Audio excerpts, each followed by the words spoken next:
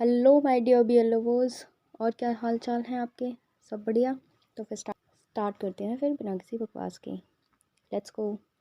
Story वहीं से start होती है जहां हमने एपिसोड 5 में छोड़ी थी कि हमारा राइटर सॉन्ग जो है वो येनवू के पास 2 ड्रिंक्स के ग्लास लेके आता है और उससे पूछता है कि ये ड्रिंक्स कुछ ज़्यादा ही है एक जने के लिए, तो साथ में ड्रिंक करते हैं। फिर दोनों साथ में बैठ जाते हैं पीने के लिए और सॉन्ग अपना ग्लास शेक कर रहा होता है। तो येनवू से पूछता है कि तुम क्या कर रहे हो? तो सॉन्ग बताता है कि मैं शेक कर रहा हूँ, इससे ड्रिंक का अरोमा बाहर आ जाता है। तो फिर येनवू बोलता है कि तुम पहले से बहुत ज़्यादा चेंज हो गए हो, क्योंकि पहले तुम बहुत छोटी छोटी सी बात पे लड़ना स्टार्ट हो जाते थे। तुम हमेशा जब राइटिंग करते हो तो ऐसा बिहेव करते हो जैसे कि तुम पोजेस्ड हो अपनी राइटिंग के साथ। तो फिर सॉन्ग स्माइल करता है और येनवू कहता है अच्छा तुम देखो, तुम स्माइल करा। तो सॉन्ग फिर चुप हो जाता है और फिर येनवू से बोलता है कि मौसम कितना अच्छा हो रहा है ना आज। और वो ड्रिंक करे ही जा रहा था बिना रुके। तो सॉन्ग कहता है उससे कि तुम बहुत ज़्यादा ड्रिंक कर चुके हो, रुक जाओ। तो फिर येनवू कहता है कि नहीं, अभी कहाँ, मैंने अभी मैं ड्रंक नहीं हुआ हूँ। और छीना झपटी में ड्रिंक फिर से येनवू सॉन्ग के ऊपर गिरा देता है और सॉन्ग गुस्सा हो जाता है कि मैंने तुमसे कहा था कि रुक जाओ, लेकिन तुम रुके नहीं हो। येनवू सॉरी बोलता है तो सॉन्ग कहता है कि तुमने बस माफ़ी मांग ली और हो गया। तो फिर येनवू कहता है कि और तुम क्या चाहते हो मुझसे? मैं कब तक तुमसे माफ़ी मांगता रहूँ? मैं यहाँ आया हूँ और तुम मुझसे हमेशा से ही बुरा बिहेव कर रहे हो, लेकिन मैं फिर भी सब कुछ झेलता जा रहा हूँ। ऑफकोर्स मैं यहाँ इसलिए आया था कि मैं प्रॉब्लम में था। वो अपनी बात पूरी नहीं कर पाता, इससे पहले ही सॉन्ग बोल देता है कि तुम हमेशा अपनी केयर करते हो, अपने बारे में सोचते हो, दूसरे के बारे में हमेशा तुम इग्नोर कर देते हो। तो येनवू कहता है कि मैं सिर्फ अपने बारे में सोचता हूँ। और बातें करते करते फिर येनवू बोलता है कि वो तुम थे जो अचानक से डिसअपेयर हो गए थे, अगर मैं यहाँ नहीं आ पाता तो क्या हम फिर मिल पाते? तो सॉन्ग बोलता है कि बस चुप हो जाओ, इनफ। फिर उसके बाद बोलता है कि हमें यहीं पे ही अपना काम जो है वो स्टॉप कर देना चाहिए। इतना सुनने के बाद येनवू वहाँ से चला जाता है और सॉन्ग अपनी जगह पे खड़ा रहता है। फिर हमें पास्ट के कुछ फ्लैशबैक्स दिखाए जाते हैं कि येनवू ने वो जो जैकेट सॉन्ग ने गिफ्ट करी थी वो खो दी थी, लेकिन मतलब भूल गया था, अपने डेस्क पे रखा हुआ है। लेकिन वो फिर वापस आया था, उसे हर जगह उसने ढूंढा कि वो वहीं पे ही होनी चाहिए, लेकिन उसे नहीं मिली क्योंकि सॉन्ग उसे अपने साथ वापस ले गया था। नेक्स्ट डे फिर क्लास में आता है येनवो और सॉन्ग से पूछता है कि आज डिनर में क्या खाना पसंद करोगे तुम? तो फिर सॉन्ग बोलता है कि एज़ यूजुअल कुछ भी चलेगा मुझे, तो स्माइल के साथ। तो येनवो कहता है कि तुम्हारा रोज़ का ही है, कुछ भी चलेगा। फिर सॉन्ग येनवो से पूछता है कि तुमने वो हुडी नहीं पहनी जो मैंने तुम्हें गिफ्ट करी थी? तो सॉन्ग येनवू बोलता है उससे कि वो मैंने ना धुलने के लिए दी हुई थी और मैं उसे लेना भूल गया, क्योंकि वो ज़्यादा गंदी हो गई थी इसलिए मैंने धुलने दे दी थी।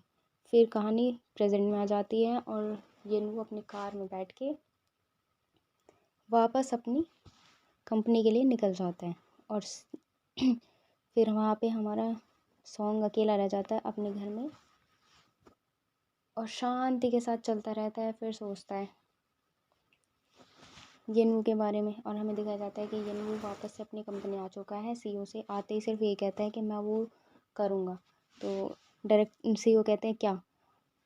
येनवू कहता है वही स्टोरी मैं डायरेक्ट करूँगा जो आप मुझसे करवाना चाह रहे थे, जो भी है वो मुझे स्क्रिप्ट दे दीजिए। तो सीईओ से स्क्रिप्ट दे देते हैं और इधर सॉन्ग अपनी राइटिंग फिर से स्टार्ट करने लगता है और सोचता है कि मीशो होजी से पूछते हैं कि तुमने मुझसे कुछ क्यों नहीं पूछा? तो होजी कहता है तुमने मुझे कुछ क्यों नहीं बताया? तो मीशो कहती है क्योंकि तुमने मुझसे कुछ पूछा नहीं है। तो फिर होजी कहता है कि अगर मैं पूछता तो तुम क्या आंसर देती? तो होजी कहता है वो मीशो कहती है कि हमारे बारे में किसी को कुछ नहीं पता है।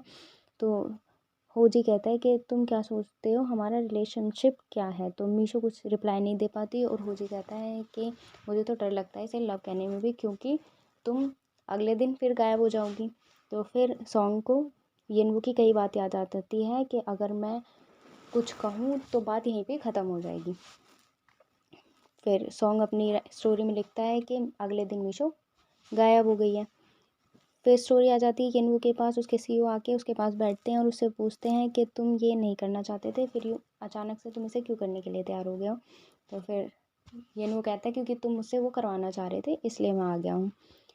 फिर येनवू वहाँ से उठ के जाने लगता है तो सीईओ उसे बुलाते हैं डायरेक्टर, हाँ, लेकिन वो रुकता नहीं है। फिर वो बोलते हैं, येनवू, मुझे नहीं पता तुम अचानक से ऐसे क्यों बिहेव कर रहे हो, एकदम से तुमने गिव अप क्यों कर दिया, लेकिन लाइफ बहुत बड़ी है, तुम्हें वो करना चाहिए जो तुम करना चाहते हो, वो नहीं जो कोई तुमसे कराना चाहता हो।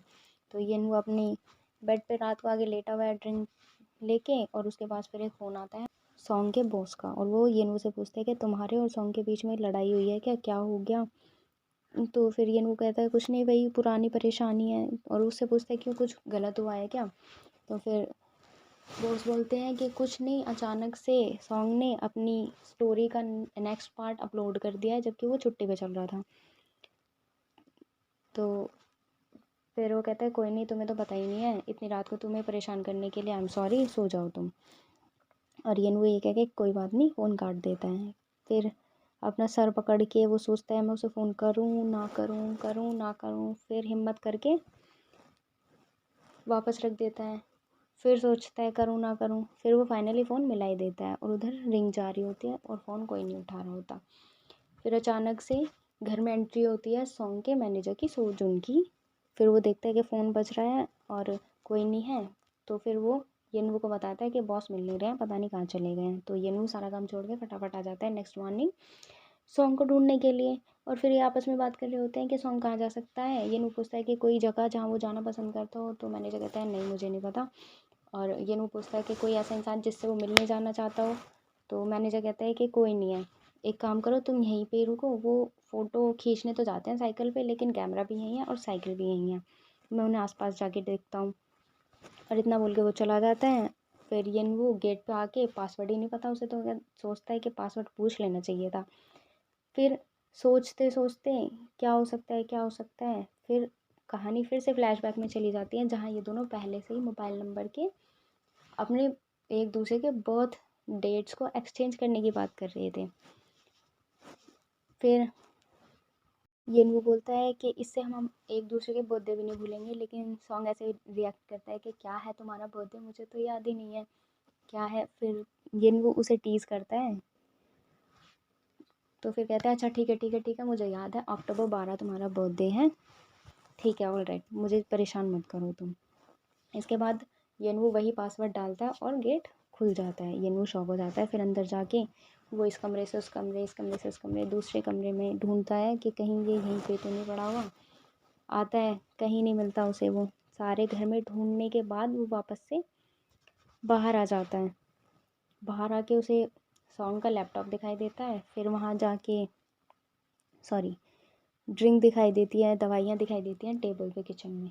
फिर उसके बाद वो जाता है बाहर, वहाँ उसे लैपटॉप मिलता है, तो वो सोचता है कि लैपटॉप का पासवर्ड क्या हो सकता है। और उसमें एक क्वेश्चन था जब हम पहली बार मिले थे, वो आंसर होता है उसका, और पासवर्ड खुल जाएगा। तो फिर ये वो अपनी फ़र्स्ट मीटिंग के बारे में सोचता है सॉन्ग के साथ कि उसकी कब हुई थी। फर्स्ट डे क्लास का था, और ये वो क्लास देते देते सो गया, तो सब बच्चे जा चुके थे, सिर्फ सॉन्ग बचा हुआ था। और येनवू को वो उठाता है कि क्लास ख़त्म हो गई है तुम उठ जाओ। फिर येनवू सॉन्ग से उसकी आईडी पूछता है कि तुम्हारी स्टूडेंट आईडी क्या है, तो फिर वो बताता है उसे, दोनों सेम ही ईयर में पैदा हुए हुए होते हैं, इसलिए दोनों आपस में फ्रेंडशिप करने के लिए बोलते हैं। येनू बोलता है चलो हम फ्रेंड्स बन जाते हैं, ठीक है। फिर ये दोनों आपस में बात कर रहे होते हैं कि तुम्हें अपने फ्यूचर में क्या करना है, मतलब अपनी ग्रेजुएशन के बाद क्या करना चाह रहे हो। तो फिर सॉन्ग कहता है मैं स्क्रीन राइटर बनूंगा। तो फिर येनू कहता है कि ठीक है दोनों साथ ही करेंगे। फिर सॉन्ग कहता है कि नहीं, मुझे ये अकेले करना पसंद है। तो फिर येनू सोचता है ठीक है। फिर वो कहता है अच्छा तुम स्क्रीन राइटर बन जाना और मैं डायरेक्टर बन जाऊँगा, तो हम दोनों साथ में काम करेंगे, ये ठीक है। और फिर वो उसे टमी में गुदगुदी करता है और कहता है ठीक है ठीक है ठीक है, बन जाना, दोनों साथ ही काम कर लेंगे इसके बाद। फिर येनू जाता है भगा भगा कि तुम यहीं रुको मैं अभी आता हूँ। फिर हाथ में 2 चॉकलेट्स लेके आता है और कहता है कि आज वाइट डे है ना, तो तुम इसे रख लो हमारी फ्रेंडशिप का टोकन समझ के। फिर वो पासवर्ड खुल जाता है, डेट डालता है, लेकिन ये क्या, सॉन्ग तो अपने आप ही वापस आ गया। और वो देखता है येनवू को अपने लैपटॉप पर बैठे हुए, ये दोनों एक दूसरे को देखते हैं। इसी के साथ इस एपिसोड की समाप्ति हो जाती है। अगर आपको ये वीडियो अच्छा लगा हो तो इसे लाइक करें, मेरे चैनल को सब्सक्राइब कर लें। मिलते हैं फिर एपिसोड नेक्स्ट एपिसोड की हिंदी ट्रांसलेशन के साथ। तब तक के लिए बने रहे मेरे साथ। Tata, bye bye.